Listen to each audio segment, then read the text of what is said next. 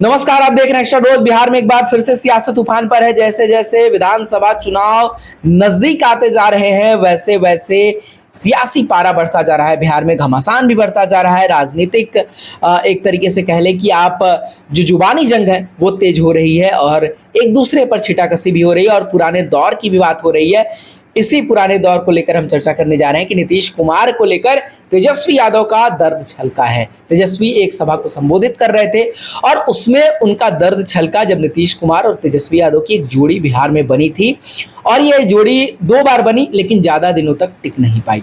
तेजस्वी का दर्द इसी को लेकर था। एक बार नीतीश कुमार ने तेजस्वी यादव का साथ छोड़ दिया था महागठबंधन में, तब महागठबंधन की सरकार बनाई गई थी। दूसरी बार जब बीजेपी से फिर नीतीश कुमार अलग हुए तब उनकी मंशा कुछ और थी, प्रधानमंत्री पद का वो ख्वाब देख रहे थे और नीतीश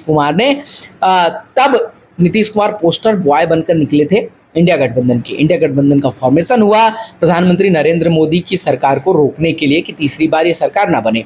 तेजस्वी यादव का पूरा दर्द इसी को लेकर है और इसी को लेकर तेजस्वी यादव ने जो बातें कही है वो है। तेजस्वी ने कहा कि हमने बीजेपी को रोकने का पूरा प्लान बनाया था लेकिन ऐन वक्त पर नीतीश कुमार ने धोखा दे दिया। हालांकि कोई बात नहीं है, नीतीश कुमार जो कर रहे हैं करे, तेजस्वी यादव झुकने वाला नहीं है। बीजेपी अगर बिहार में मजबूत हुई है, आरएसएस बिहार में मजबूत हुई है तो वो नीतीश कुमार के कारण ही मजबूत हुई है। तेजस्वी यादव ने ऐसा कहा है। तो तेजस्वी यादव की बातों से वो दर्द छलक रहा है और अभी वर्तमान में भी जो तेजस्वी के साथ हो रहा है उसको लेकर भी कहीं ना कहीं जब वो कह रहे हैं कि नीतीश कुमार और बीजेपी के आगे तेजस्वी यादव नहीं झुकेंगे तो आप समझ लीजिए कि उस चार्जशीट की भी बात हो रही है जो तेजस्वी यादव के खिलाफ अब दायर हो चुकी है और उस चार्जशीट के बारे में ये कहा जा रहा है कि तेजस्वी पर कार्रवाई भी हो सकती है।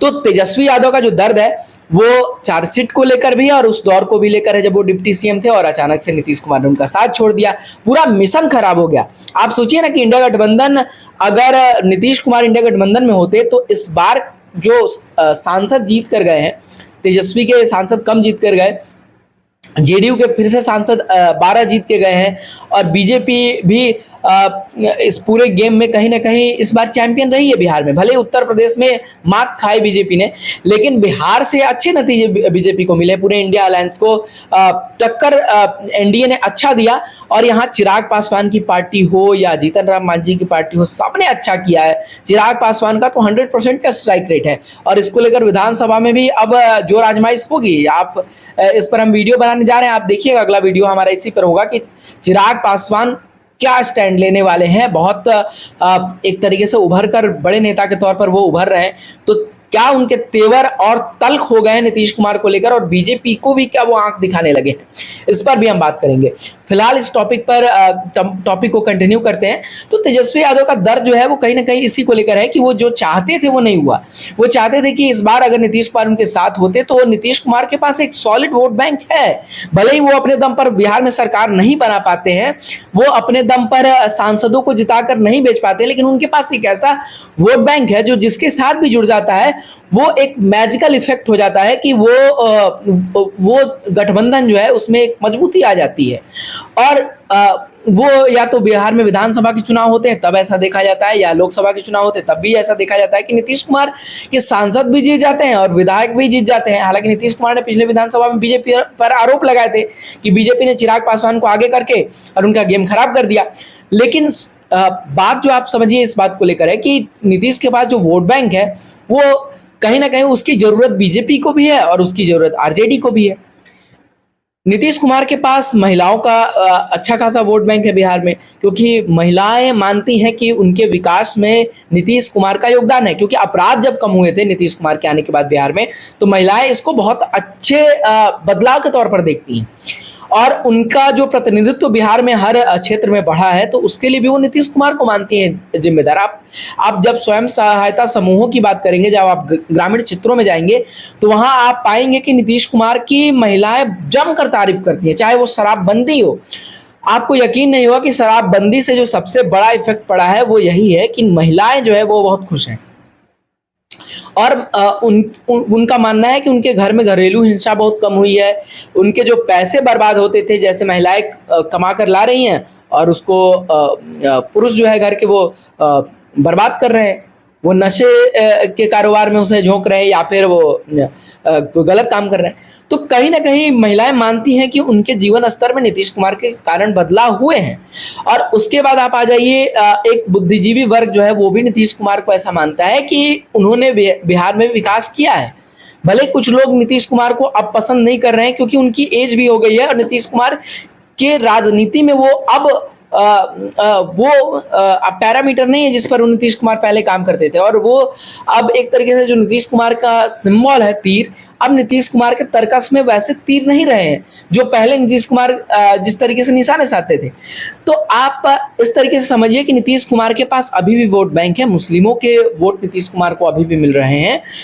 बिहार में बहुत सारे जो बहाली किए गए थे, जैसे शिक्षक एक बड़े वोट बैंक के तौर पर देखे जाते हैं बिहार में, और यही कारण है कि शिक्षकों की मांगे हमेशा से आंदोलन चलता रहता है और मांगे मांगी भी जाती है। तो मांगे जो है उनकी मान ली जाती है, और शिक्षक मांग हमेशा करते रहते हैं, और उनकी मांगे चाहे वो आरजेडी हो, चाहे वो बीजेपी हो, चाहे वो नीतीश हो, कोई इनकार नहीं कर पाता क्योंकि इनकी संख्या बहुत ज़्यादा है बिहार में। तो नीतीश कुमार के पास वोट बैंक तो है, महिला पुलिस में जो है महिलाओं को जिस तरीके से जगह दी गई, तो कहीं ना कहीं इन सारी चीज़ों में बिहार में जो बदलाव हुए एक वक्त पे, उसमें नीतीश कुमार का योगदान तो माना जाता है। हालांकि बीजेपी कहती है कि इसमें हम भी शामिल हैं, हमारे वजह से ही नीतीश कुमार सीएम बन पाए, लेकिन नीतीश कुमार अपने को पोस्टर बॉय मानते हैं इस पूरे बदलाव के।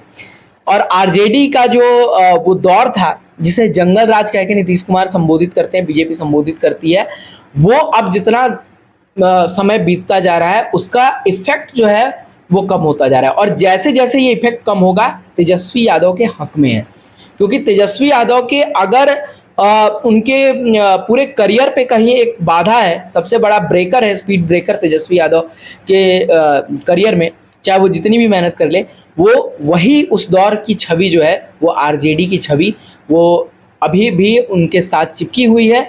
और इसी वजह से अभी भी बहुत सारे लोग लालू यादव और राबड़ी देवी के उस शासन को देखते हुए आरजेडी को पसंद नहीं करते हैं। ये सच्चाई है बिहार में। प्रशांत किशोर भी आए हैं, पप्पू यादव दमखम दिखा रहे हैं। अब इसका क्या बदलाव होगा, क्या समीकरण बदलेंगे, ये तो वक्त के साथ साथ बदलता जाएगा और हम आपको अपडेट करते रहेंगे। लेकिन फिलहाल यही है कि तेजस्वी यादव का दर्द उस दौर को लेकर छलका है जब नीतीश कुमार ने उनके साथ एक तरीके से कहे कि दगाबाजी तो की थी, और नीतीश कुमार हर वक्त जो है वो पाला बदलते रहे हैं। और बिहार की राजनीति का अब ये एक तरीके से आप कह लें कि ये बहुत साधारण सी बात हो गई है कि खबरें चलते रहती है कि नीतीश कुमार कभी भी कहीं भी पलटी मार सकते हैं। और इसको लेकर बिहार की जो छवि है वो थोड़ी सी धूमिल हुई है राष्ट्रीय स्तर पर।